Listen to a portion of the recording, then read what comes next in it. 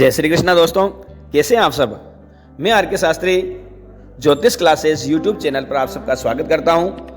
दोस्तों, जो श्राद्ध के बारे में विस्तार से जानना चाहते हैं उनके लिए ये वीडियो बहुत ही खास है। श्राद्ध को लेकर के बहुत सारे प्रश्न उठते हैं, जैसे श्राद्ध क्या है, श्राद्ध किसे कहते हैं, श्राद्ध क्यों करना चाहिए, श्राद्ध करने से क्या होता है, श्राद्ध करने से हमें क्या लाभ है और श्राद्ध कैसे करना चाहिए, श्राद्ध की विधि क्या है, ब्राह्मणों को भोजन कराने से पितृ कैसे तृप्त हो जाते हैं। तो इन सभी प्रश्नों के शास्त्रोक्त और सटीक उत्तर इस वीडियो में है और साथ ही श्राद्ध की संपूर्ण विधि भी इस वीडियो में बताई गई है।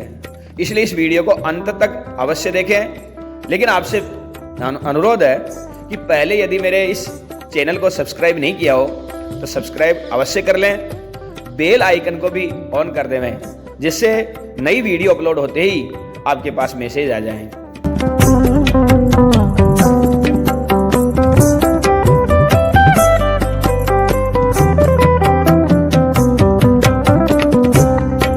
दोस्तों, सबसे पहले प्रश्न उठता है श्राद्ध किसे कहते हैं।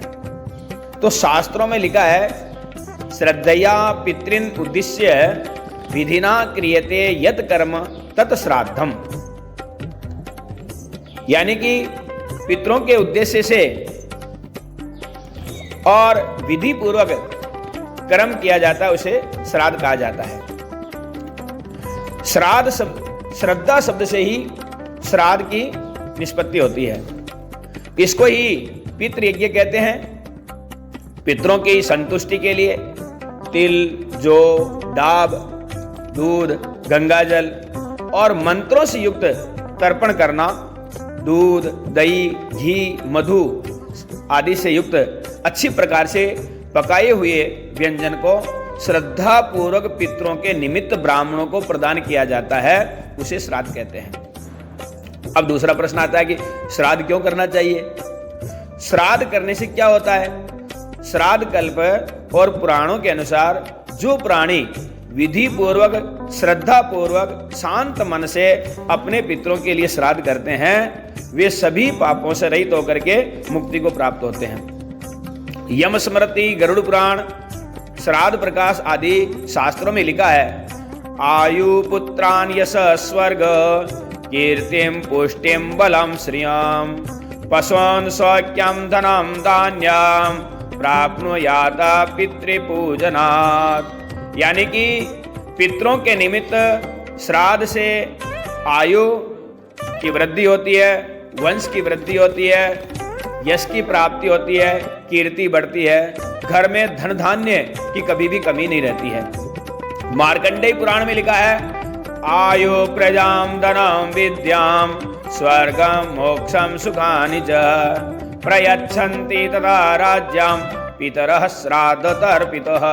यानी कि श्राद्ध से प्रसन्न होकर के पितृ लोग जो है वो श्राद्ध करने वालों को लंबी आयु देते हैं, संतान प्रदान करते हैं, धन देते हैं, विद्या प्रदान करते हैं, राज्य का सुख देते हैं, स्वर्ग का सुख और मोक्ष प्रदान करते हैं। इसलिए अपने पिता, दादा, परदादा, माता, दादी, परदादी, नाना, नानी, भाई, चाचा आदि जो भी हमारे पितृ है उनका श्राद्ध पक्ष में या उनकी मृत्यु तिथि पर श्रद्धा पूर्वक श्राद्ध अवश्य करना चाहिए।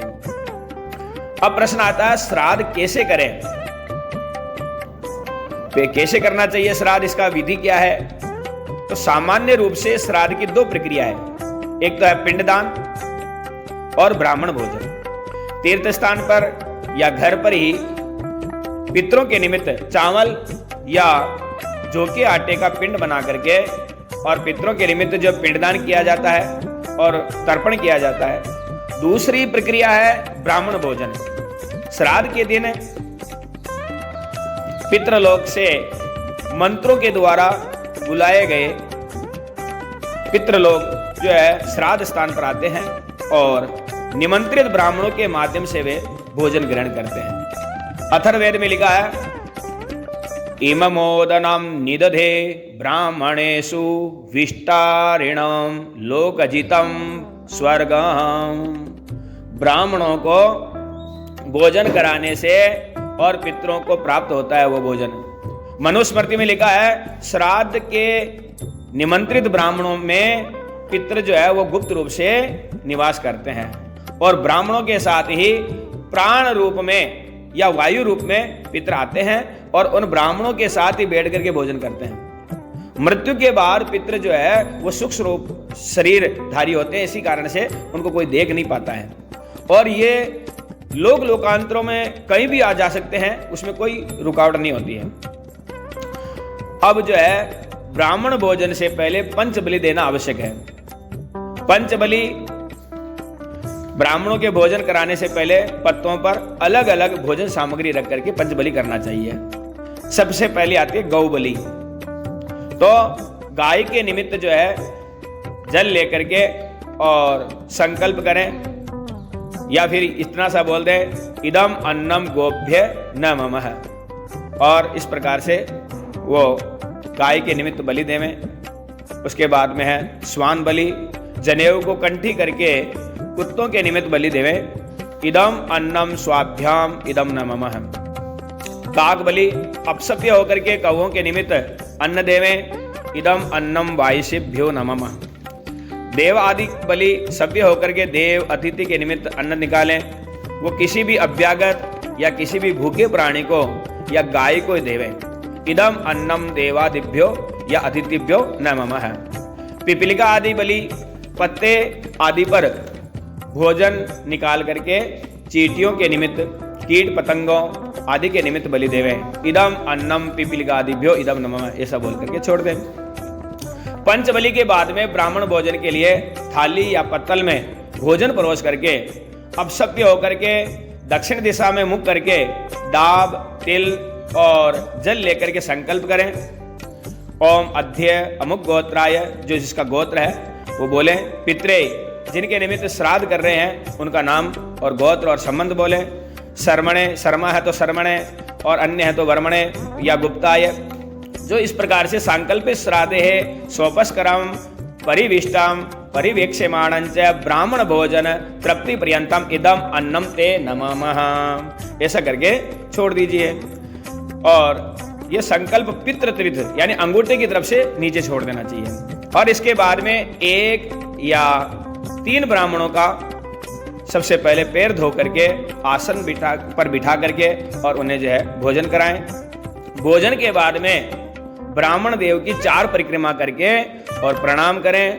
ब्राह्मणों के को यथाशक्ति दक्षिणा, वस्त्र आदि भेंट करें। उसके बाद ब्राह्मण से पूछें कि शेष बचे हुए अन्न का क्या करें। तो ब्राह्मण जो कहें कि अपने परिवारजनों के साथ भोजन करें, तो ब्राह्मण से आज्ञा लेकर के अपने बंधु बांधवों के साथ में भोजन करें। तो दोस्तों, इस प्रकार श्राद्ध का महत्व और श्राद्ध की पूर्ण विधि मैंने आपको बता दी है। लेकिन कभी कभी ऐसी परिस्थितियां आ जाती है कि न तो पिंडदान कर सकते हैं और न ही ब्राह्मण आदि भोजन करा सकते हैं। तो ऐसी स्थिति में क्या करें जिससे कि पितृ लोग प्रसन्न हो।